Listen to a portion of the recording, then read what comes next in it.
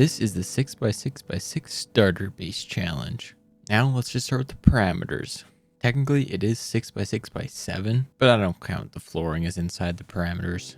So if you want to try this challenge, just build inside of a 6x6 cube. Now here I'll start with an example. So I threw together this sample house really quick. Of course it has to have an interior as well. And now just to go over some quick rules. Now exceeding the 6x6x6 cube isn't really allowed, so you got to keep your roof within that area. It's the same for the floor as well. You cannot exceed the 6x6x6 cube, so going 2 blocks down would be illegal, but you can still change the block underneath to have a flooring. For example, in the next scene, the grass would be the block so you can switch out. I come out sprinting here. I already had an idea. Mangrove and red sand. The idea I had is kind of like a Badlands vibe, but now if you think about it, for a desert, you don't really need a roof because it doesn't rain very much. So we can take advantage of the full 6x6 area in the bottom. If you don't realize, I'm a huge fan of symmetry because we are playing a cube game, of course, and the more symmetrical it looks, the better on the eyes. And of course, I was freehanding this the entire time, and it just happened to fall into place that I absolutely loved the design. Because in the end, later on, you'll see it looks like a face, kind of like a little Tiki man. But first, we finish up with the designs all the way around, and you're probably wondering, where are we going to put the door? So I thought, this time, we'll have a corner door. And this ended up being the mouth of the Tiki man. We also just got to fill in these little gaps here so we don't have any air gaps. Now we'll move on to finishing up the last few layers on the top before we move on to the interior.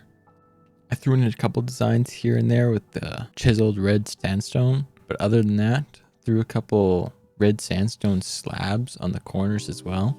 Then after we finish all that up, we're going to fill in the roof with half slabs and then move on to the roof. At least what there is of a roof. But this is what I came up with. Kind of like castle spikes on all the corners. And you have a mix between stairs and half slabs all the way around to make like a brim. I was messing around with this little piece for a bit, so I just settled on these 4 stairs. Now we'll hop right into the interior. At first, I had no idea where I was going to put the chests. But then I got quite the creative idea. Of course, I got the idea of hanging chests. So not only I'm going to have them on one side, but I'll have them on the other side as well. Theoretically, you could have both you and your friend in this base and have each person have their own set of chests and then have 2 beds right in the middle that separates them. Of course, I didn't have that idea immediately during the video. That's why I messed around for so long trying to figure out where I need to have the bed and the furnaces and the crafting table. But because I just want to make this as nice as possible, I settled on the single bed in the back with kind of like a cradle design. And I killed 2 birds with 1 stone on the next one because I couldn't figure out where I wanted to have my lighting. So I ended up putting it in the far right corner. And then of course, it works perfectly that I put the furnaces right underneath that. Then I proceed to fiddle-diddle with the inside until I have it exactly how I want it to be. While I'm doing my final touches here, I hope you guys do this challenge as well and send it to me on my Twitter. It'll be down in the description below. I can't wait to see them.